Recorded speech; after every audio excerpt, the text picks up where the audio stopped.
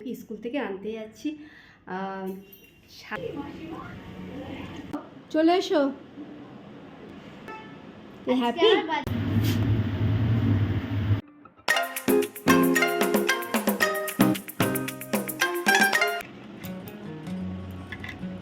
নমস্কার সবাইকে, আমি পিকু।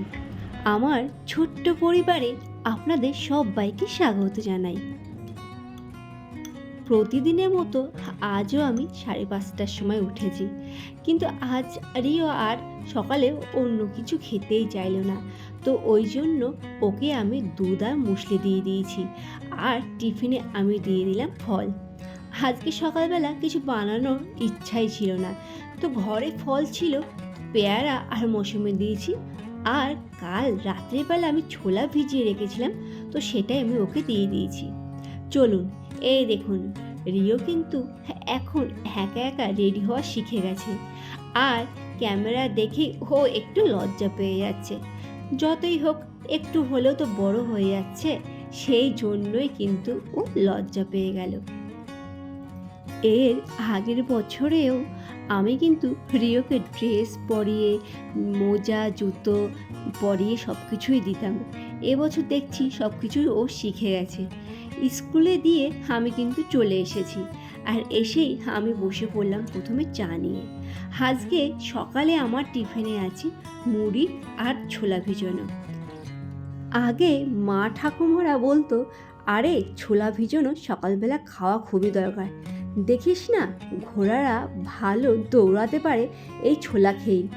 তো সেই জন্য তখন আমারও মনে পড়লো যে হ্যাঁ, সত্যিই তো, আমারও অনেক দৌড়াতে হয়, ঠিক যেন ঘোড়ার মতো। সেই জন্য সকালবেলা আমিও এখন থেকে অভ্যাস করে ফেলাম ছোলা ভেজানো খাওয়া। আর মুড়ি দিয়ে ছোলা ভেজানো খেতে আমার কিন্তু দারুণ লাগে। ভাতকে যেমন আমরা লক্ষ্মী বলে জানি, তেমনই মুড়িকে আমার শ্বশুরবাড়ির দেশে লক্ষ্মী বলেই মানা হয়। সেই জন্য মুড়ি কিন্তু আমরা একেবারেই অপচয় করি না। সেই জন্য পড়ে থাকা মুড়িগুলো আমি কুড়িয়ে নিলাম। তারপরে আজকে দেখতে পাচ্ছেন 2 রকমের শাক আছে এখানে পালং শাক আছে, আর আছে একটু লাল শাক। লাল শাকটা আজকে কিন্তু আমি কিনে এনেছি, আর পালং শাকটা আগের দিন কিছুটা ছিল। ভাবলাম 2 রকম শাক দিয়ে এক রকমের করে ফেলি। গুড মর্নিং, কারণ এখন সকাল 11:30 বাজে, আর আমি এখন রিওকে স্কুল থেকে আনতে যাচ্ছি। ছাতা তো নিয়েছি, চাদরেও মানে তালাও নিয়েছি, সেটা বলতে ভুলে গেছি। আর আজকে অনেক কিছু রান্না করেছি, যার ফলে দেরি হয়ে যাবে, তো রান্নাটা আমি শেয়ার করতে পারিনি। বাড়ি এসে আমি অবশ্যই শেয়ার করব আজকের মেনুতে কী কী আছে। আর আজকে না রিওর কম্পিউটার এক্সাম আছে, মানে হচ্ছে প্র্যাকটিক্যাল এক্সাম আছে কম্পিউটারে, তো সেটা দিতে গেছে।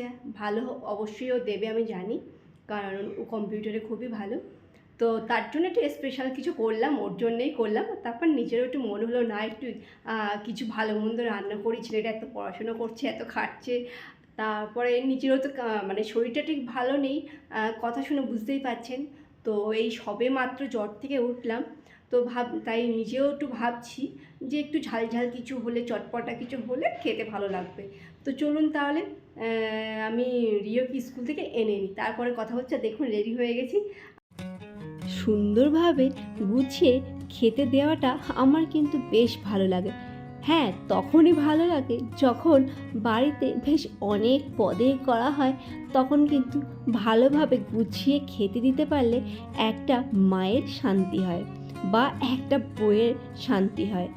তো আজকে আমিও সেটা চেষ্টা করলাম, রিওকে একটু সুন্দর করে গুছিয়ে খেতে দেওয়া। ওর বাবা তো তাড়াহুড়ো করে খেয়ে দিয়ে চলে যায়, সেইভাবে পারি না, কিন্তু রিওকে চেষ্টা করি সুন্দর করে গুছিয়ে খেতে দেওয়া। আর রিও খুব পছন্দ করে এইভাবে খেতে দেওয়াটা।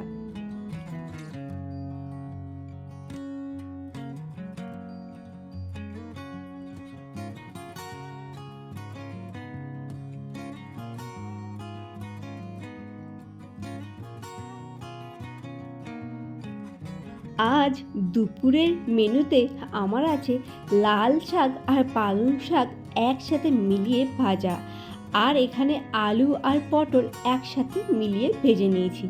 আর একটু করেছিলাম পাতলা করে মুসুরির ডাল। মুসুরির ডালটা অবশ্য খুব পাতলা হলে রিও খেতে চায় না। আর সাথে একটু করে নিলাম চিকেন কষা। দেখো তোমার জন্য কি বানিয়েছি আমি। কি তুমি হ্যাপি? সেটা তাকাও, আমাদেরকে তাকিয়ে বলো হ্যাপি। চলো খাওয়া শুরু করে দাও। চিকেনটা খেয়ে বলবে কেমন হয়েছে। হ্যাঁ, তুমি প্রথমেই চিকেন খাচ্ছ, পেঁয়াজ দিয়ে দাও।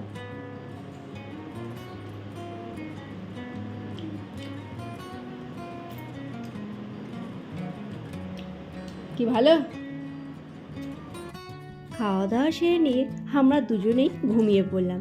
তারপরে নিয়ে চলে আসলাম রিওকে টিউশনি পড়াতে।